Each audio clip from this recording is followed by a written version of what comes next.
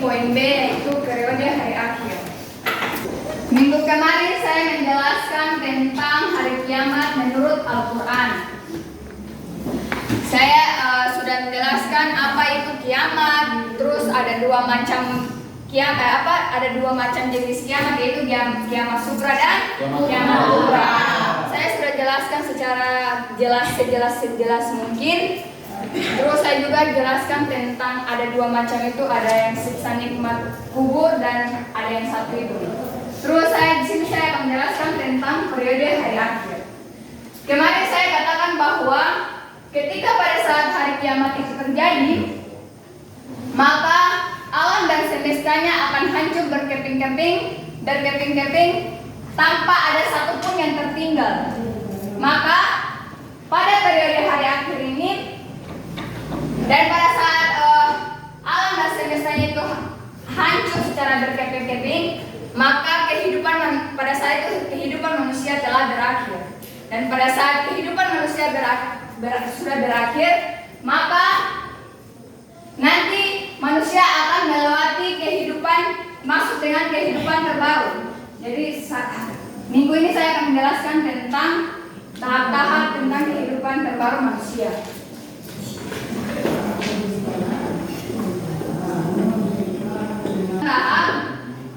Ada 8 tahap kehidupan baru manusia. Yang pertama yaitu Yaumil Ba'ats.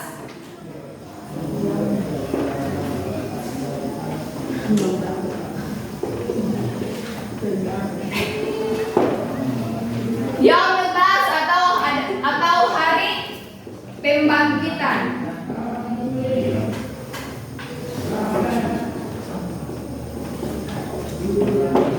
Pada hari pembangkitan ini, maka seluruh umat manusia akan dibangkitkan dari alam kubur. Ini adalah tahap pertama menuju kehidupan baru. Pada saat hari ini terjadi, maka seluruh manusia akan dibangkitkan di alam kubur. Itu di dalam ada firman Allah, tolong dibacakan itu Alfi. Pada hari ketika mereka dibangkitkan Allah Subhanahu wa Ta'ala, semuanya lalu diberitahukannya kepada mereka apa saja yang mereka telah kerjakan. Dan Allah Subhanahu wa Ta'ala mengumpulkan semua amal perbuatan mereka pada mereka sudah mengembangkannya, dan Allah Subhanahu wa Ta'ala mereka dibangkitkan Allah Subhanahu wa Ta'ala semuanya, lalu diberitahukannya kepada mereka apa saja yang mereka telah kerjakan. Dan Allah Subhanahu wa Ta'ala mengumpulkan semua amal perbuatan mereka padahal mereka sudah melupakannya, dan Allah Subhanahu wa Ta'ala menyaksikan atas segala sesuatu. Ya. Dari firman ini, jadi pada saat mereka dibangkitkan itu, mereka diberitahukan sebagaimana amal-amal yang mereka perbuat selama hidup di dunia ini. Padahal mereka sudah lupa bahwa amal-amal yang mereka dosa-dosa atau kebaikan yang mereka sudah buat di dunia. Buat di sini. Jadi pada saat hari kiamat itu kita tidak bisa untuk berbohong seperti di dunia ini. Karena apa? Seperti saya tadi di firman ini mengatakan bahwa Allah itu dia mengetahui segala sesuatu. Berarti Allah telah mengetahui apa yang kita perbuat di dunia ini, dan kita tidak dapat lagi berbohong. Itu Yaumul Hasyr.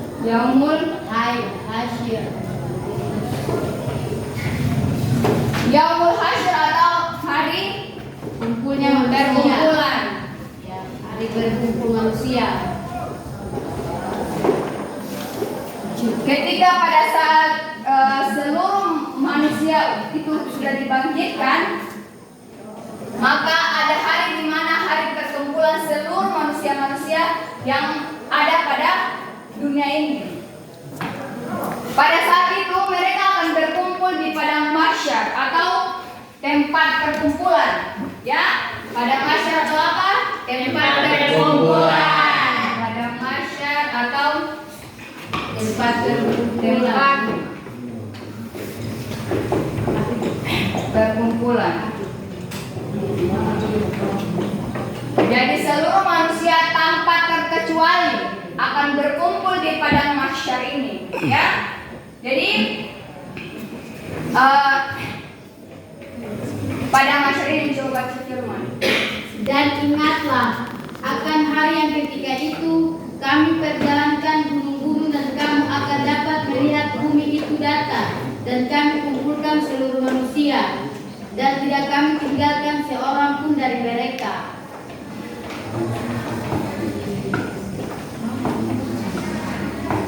Ya, dari firman-Nya Allah Subhanahu wa taala maka kita bisa ketahui bahwa nanti pada saat di padang mahsyar ini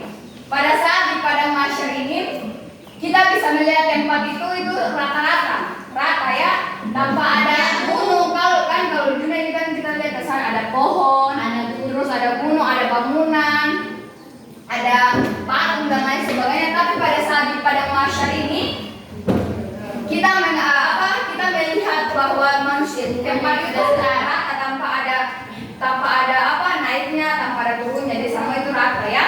Dan mereka berkumpul itu tanpa terkecuali. Seperti saya katakan bahwa pada saat perkumpulan itu manusia itu berkumpul tanpa ada satu pun yang tertinggal. Ya, buku catatan atau kisah perjalanan hidup.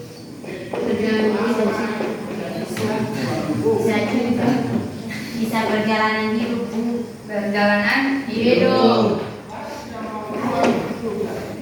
Setiap manusia yang hidup di dunia ini itu dia masing-masing memiliki buku catatan atau kisah perjalanan hidup.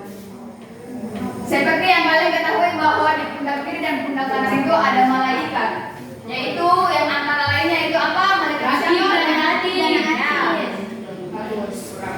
Malaikat Atid dan Atid itu dia dipertugaskan oleh Allah Subhanahu wa taala untuk mencatat amal baik dan amal buruk. Sehingga setiap manusia memiliki buku catatan atau kisah perjalanan hidup. Jadi dalam kisah perjalanan atau buku catatan itu dia terdapat amal baik dan amal buruk. Dan pada saat malaikat itu dia mencatat walaupun sedikit perkataan yang buruk. Contoh misalkan kita berkata kasar kepada teman atau maupun itu tidak sengaja, itu malaikat dan bertugas untuk mencatat amal buruk itu dia mencatat tanpa terkecuali. Tolong baca firman-Nya itu ada. Dan diletakkan kitab, lalu akan kamu lihat orang-orang bersalah ketakutan terhadap apa yang tertulis di dalamnya. Dan mereka berkata, wahai celaka kami, kitab apakah ini yang tidak merupakan yang kecil dan tidak pula yang besar, melainkan ia mencatat semuanya. Mereka memperoleh di hadapan mereka apa-apa yang telah mereka kerjakan, dan Tuhanmu tidak akan menganiaya seorang pun. Oke, orang-orang bersalah akan merasa ketakutan. Seperti yang tadi saya katakan bahwa ada dua malaikat yang mencatat amal baik dan amal buruknya setiap manusia. Dan pada saat orang-orang yang memiliki amalan buruknya itu besar daripada amalan baik, misalkan di semasa hidupnya itu mereka berbuat kejahatan, pencuri, maksiat, kafir dan lain sebagainya yang identik atau yang berkaitan dengan hal yang buruk, maka di situ pada saat nanti buku catatan itu dibacakan, mereka akan merasa ketakutan. Karena apa? Mereka pasti pada saat mereka sudah dikumpulkan di pada masyarakat itu, pas mereka sudah melihat bahwa neraka itu yang bagaimana, sehingga kalau mereka yang punya amalan yang buruk itu mereka merasa ketakutan. Ya, adalah Yaumul Hisab dan Mizan. Yaumul Hisab dan Mizan. Ini ada dua hari ya. Kita bahas satu persatu. Yaumul Hisab ini Yaumul Hisab adalah hari di mana Allah Subhanahu wa taala memperlihatkan semua amalan di akhirat untuk dihisab. Segala dosa besar dan dosa kecil akan dihitung secara seksama dan teliti. Dan pada saat amalan, dan ketika amalan itu menjadi saksi. Ya Bu. Kenapa demikian? Seperti yang tadi saya katakan di sini bahwa pada saat kita mati itu atau kita meninggal, terus kita di bank, kita dikumpul, itu kita tidak dapat lagi berbohong karena semasa dunia kan atau tidak punya mulut ini, ada yang berbicara dusta, ada yang berbicara jujur. Jadi nanti pada saat kita meninggal, pada saat tadi yaumil hari hisab ini, semua anggota seluruh tubuh kan di sini kan memang kita tangan bisa bicara, terus cuman anggota tubuh yang dapat berbicara itu adalah mulut. Pada saat nanti di akhirat atau pada saat hari yaumil hisab ini, semua anggota tubuh kita akan berbicara. Sehingga misalkan pada saat mereka bertanya, entah itu mereka bertanya kita mulut itu bisa berbicara, Allah alam bisawab. Tetapi saya mempunyai gambaran, misalkan bahwa kalau malaikat tanya, apakah pada saat di dunia itu kamu itu melakukan amal baik atau kamu itu misalnya pencuri? Apakah pada saat itu kamu tidak pernah pencuri? Terus dia jawab, tidak. Nanti pada saat kan kalau pencuri kan kaki yang berjalan, mata yang lihat, terus yang hadir. Pada saat itu nanti pada saat kita berbohong, maka nanti tangan, kaki dan mata yang akan berbicara. Tangan bilang, dia memang betul dia pencuri, dia angka beta bawa beta di sini bawa dia angka tadi pencuri pala, dia angka beta, dia parlente. Kalau tanda masih ragu dan tangan bicara kaki dia betul dia berjalan kaki dia berjalan dia parti utang para pencuri pala. Masih ragu dan jawaban tangan dan kaki mata yang akan beraksi atau bersaksi ya. Mata yang akan berhenti dia betul-betul lihat dari mata kapal sendiri dia pencuri. Jadi pada saat yaumil hisab ini kita tidak bisa berbohong ya. Ya. Walaupun kita berbohong nanti anggota tubuh ini nanti mereka akan bersaksi. Bersaksi. Jadi kalau seluruh anggota tubuh selain mulut itu dia tidak dapat berbohong. Tangan, kaki tidak dapat berbohong seperti mulut kita ini. Kan kita ini kan kalau ada bicara yang jujur, ada bicara yang bohong. Terus ada firman Allah. Pada hari itu lidah, tangan, dan kaki masing-masing menjadi saksi atas perbuatan yang telah mereka kerjakan. Nah, seperti yang tadi saya jelaskan bahwa saya sudah jelaskan pasti nanti pada saat kita mati itu kita meninggal pada saat hari hisab ini, maka nanti seluruh anggota tubuh yang akan menjadi saksi. Kedua adalah yaumil apa? Mizan. Yaumil mizan. Yaumil mizan ini adalah timbangan yang adil, ya. Timbangan yang adil. Yaumil mizan ini adalah timbangan yang adil berisi kebaikan dan kejahatan yang telah diperbuat setiap manusia. Setiap orang ditimbang amalnya dengan seadil-adilnya. Seadil-adilnya berarti seperti kalau di dunia ini kan kayak Gatot bilang bahwa ada orang dalam. Kayak Gatot saudara ada yang kalau misalkan Gatot ada mau terima kerja, terima kerja, terus kalau macam kayak macam ada orang dalam masuk tanpa mesti ada berkasan dan lain sebagainya. Tetapi pada saat di akhirat nanti itu kayak malaikat yang bisa tolong Gatot, yang bisa tolong kita itu adalah amal baik kita, ya. Jadi pada saat itu cuma yang bisa menolong kita dari api neraka itu adalah amal baik kita. Jadi malaikat maupun yang lain itu tidak dapat menambah kebaikan kita, menambah keburukan kita. Jadi mereka itu tuh seadil-adilnya. Kalau misalkan kalian bisa masuk dunia itu berkata-kata selama 100 hari, maka di akhir nanti pun juga 100 hari tanpa dikurang, tanpa ditambah. Itu namanya seadil-adilnya. Karena di dunia ini ada yang tidak adil, ada yang adil. Jadi pada saat di akhirat sing ada yang sing adil, semua adil. Paham? Terus Batul bacakan firman-Nya. Dan kami letakkan timbangan yang tepat atau adil pada hari kiamat dan tidak seorang pun dirugikan walau sedikit. Dan jika amal itu hanya kami letakkan timbangan yang tepat atau adil pada hari kiamat dan tidak seorang pun dirugikan walau sedikit. Dan jika amalan itu hanya seberat zarah, pasti kami berikan pahalanya, dan cukuplah kami saja yang memperhitungkannya.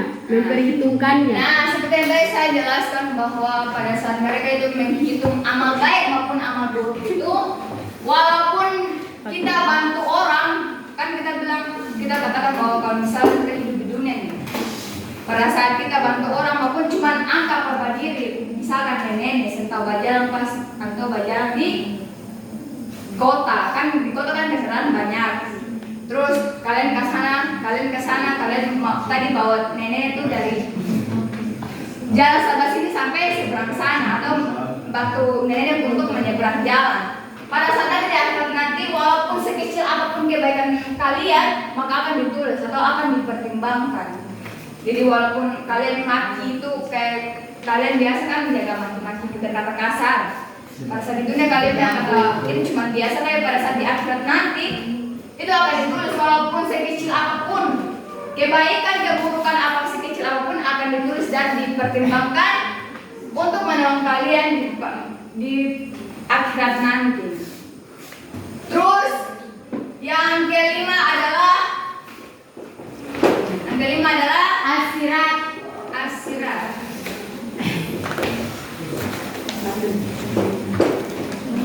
Pasti kalian pernah mendengar bahwa nanti kita mati nanti, pada saat kita meninggal nanti, itu ada jembatan itu sekecil sehelai rambut. Kalian pernah dengar toh?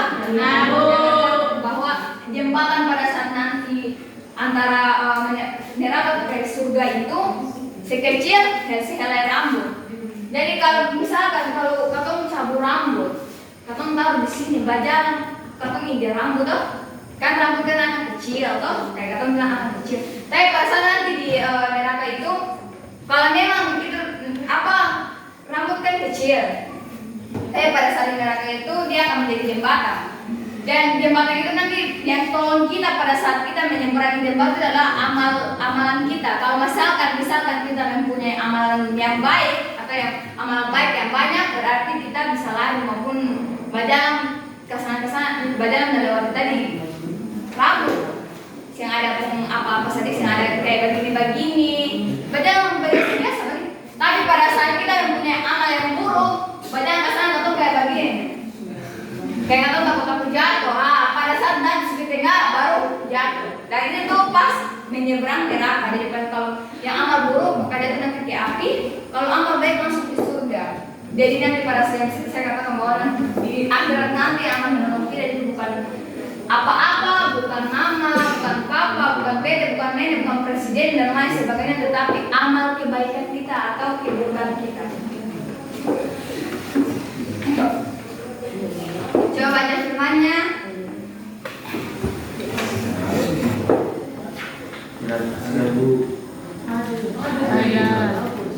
Akhirat itu di antara dua tepi neraka jahanam. Nah, seperti yang saya katakan bahwa dari jembatan itu bukan dari surga ke neraka, tapi dari neraka ke surga. Karena apa? Seperti yang saya katakan bahwa kalau kita amalnya baik, maka kalau kita menuju ke surga, kita berjalan atau menuju ke surga itu tanpa ada hambalan apa-apa. Tetapi kalau pada saat kita punya amalan buruk yang lebih daripada amalan baik, maka kita akan jatuh di tengah-tengah perjalanan. Dan tengah-tengah perjalanan itu adalah neraka jahanam. Itu bagi orang yang berbuat dosa banyak di dunia. Paham? Yaumul jaza. Yang jaza adalah hari di mana seluruh manusia akan mendapatkan balasan dari Allah Subhanahu wa taala sesuai dengan perbuatannya. Seperti yang tadi saya katakan bahwa kalau kita semasa hidup di dunia ini kita berbuat kebaikan lebih banyak daripada kejahatan, maka nanti kita akan dapat balasan dari Allah Subhanahu wa taala itu dengan nikmat surga. Sedangkan kalau kita mempunyai amal yang buruk, maka akan mendapatkan balasan dengan yang namanya siksa neraka. Baca firman. Pada hari itu tiap jiwa diberi balasan dengan apa yang telah diusahakannya.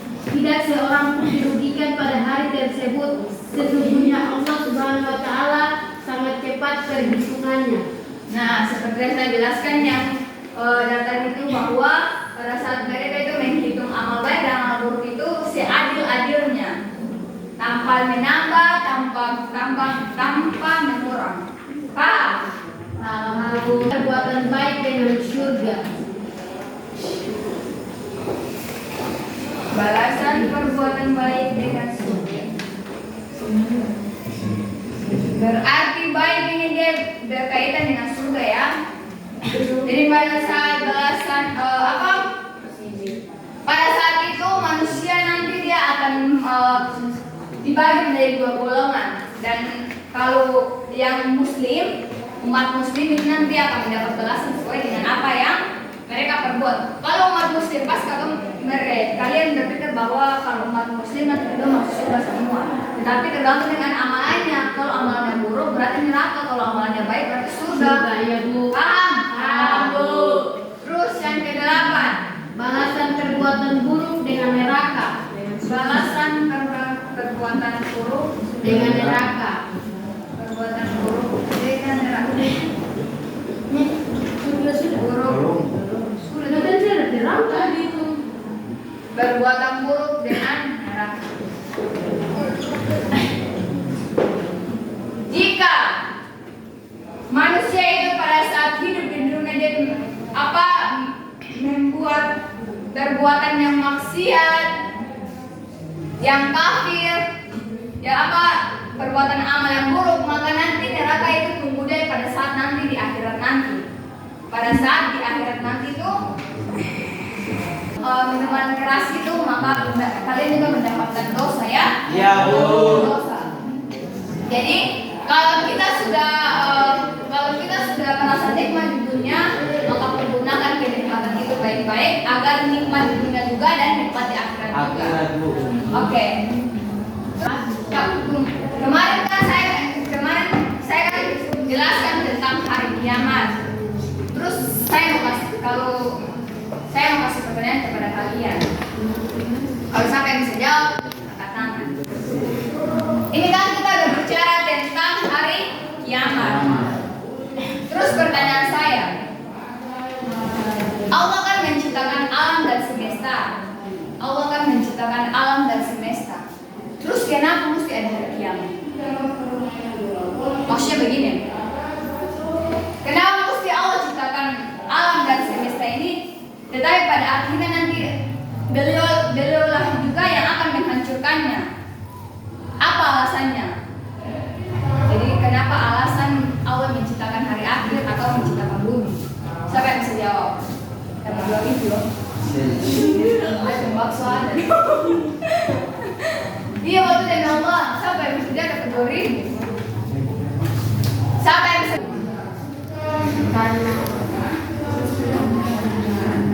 Pertanyaan begini, kenapa alasan Allah Subhanahu wa taala pertanyaan begini. Alasan apa Allah menciptakan hari kiamat dan menciptakan alam alasan apa Allah menciptakan alam dan semestanya ini, pada akhirnya nanti Allah menghancurkannya juga? Dan pertanyaan saya bisa jawab. Nomor 2000. Apa itu? Karena pada dasarnya sudah dikatakan dalam hadis yang berbunyi, seketika manusia dan seluruh isi dunia itu hanya untuk sementara. Hanya untuk sementara. Maka dari itu Allah menciptakan bumi dan isinya itu dan menghancurkan hari kiamat nanti, karena sudah diterapkan oleh Allah Subhanahu wa taala. Allah Subhanahu wa taala itu karena sudah diterapkan oleh Allah Subhanahu wa taala itu bahwa sesuatu itu akan karena hidup itu akan sementara, maka intinya Jadi jawabannya itu karena alasannya di dalam hadis bahwa apa yang Tuhan ciptakan akan kembali lagi kepada beliau. Ya, Iya. bagus. Tangan. Saya mengetahui bahwa kan kalau kita hidup di dunia ini baru kita mengetahui tentang hadis-hadis. Alasan dari Tuhan menciptakan bumi atau alam semesta ini tapi pada akhirnya Allah itu hancurkan. Memang dalam hadis itu ada kata begitu. Tetapi kalau menurut saya, ini menurut saya, karena saya jelaskan, pas saya kasih pertanyaan dan saya kasih jawaban ya. Menurut saya, menurut saya, alasan dari Tuhan menciptakan alam semesta daripada akhirnya beliau menghancurkan itu agar kita dapat membuat kebaikan di dunia. Kita dapat merasakan nikmatnya dunia. Dan kita percaya bahwa Tuhan itu memang ada. Karena dari ciptaannya, ciptaan alam dan semesta ini kita bisa berkata bahwa oh Tuhan ini ada. Ya, Tuhan ini ada. Tapi pada saat nanti hari akhir nanti, itu kenapa sampai Tuhan menciptakan hari akhir supaya manusia itu bisa berpikir kritis bahwa oh iya hidup di dunia ini hanya untuk sementara ya, hidup di dunia ini hanya untuk sementara. Jadi pada saat kita sudah hidup di dunia maka kita pergunakan dengan baik, kita mau pergunakan dengan sebaik-baik mungkin. Kalau perintah Allah kita laksanakan, kalau larangan Allah Subhanahu Wa Taala kita hindarkan ya. Jadi mungkin adalah alasan dari karena saya selama mengajar itu saya berpikir bahwa kenapa itu Tuhan mesti menciptakan dunia. Kan kita punya hidup yang abadi kan gini kan ada dua, alam akhirat dan dunia. Kan kalau kita punya hidup abadi cuma di alam akhirat. Tapi saya berpikir bahwa kenapa Tuhan mesti ciptakan alam dunia ketika pada akhirnya nanti beliau menghancurkan, padahal alasannya itu saja terlalu juga. Oke, sudah. Kalau saya mau bertanya tentang pelayanan, silahkan Puput.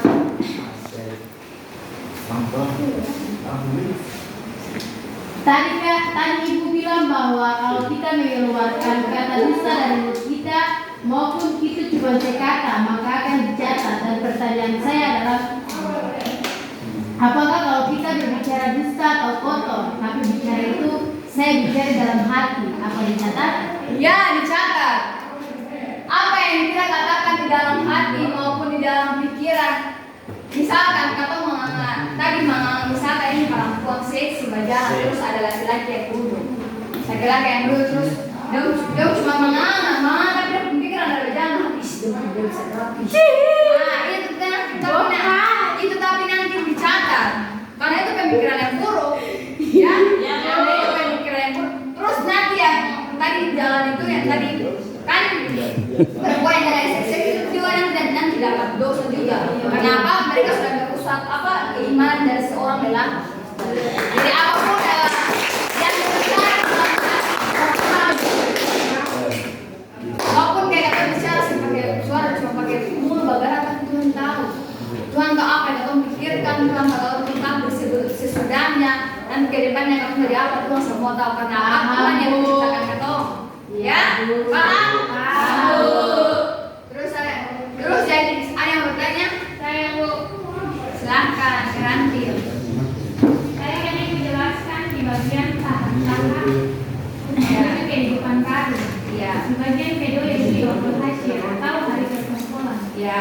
Tadi jelaskan bahwa semua manusia akan berkumpul di padang mahsyar atau tempat perkumpulan. Semua manusia. Iya. Pertanyaan saya, apakah hanya manusia saja yang berkumpul di padang mahsyar atau ada yang lain? Iya.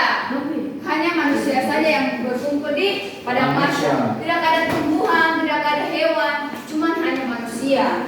Ya, karena apa? Semungkin hewan itu dia berdosa. Ya.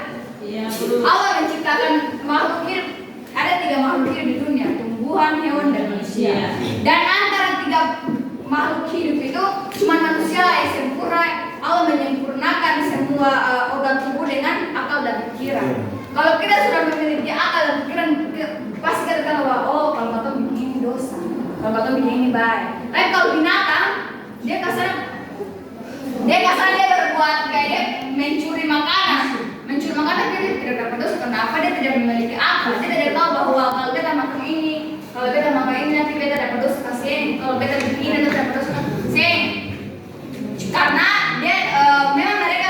mempunyai organ tubuh, tetapi mereka tidak sempurna karena tidak memiliki akal seperti manusia. Sehingga pada saat seperti yang tadi tahap yang itu tahap kedua, pertanyaannya, apakah pada masyarakat nanti atau tempat perkumpulan nanti hanya ada manusia? Yes, cuma ada manusia, ya.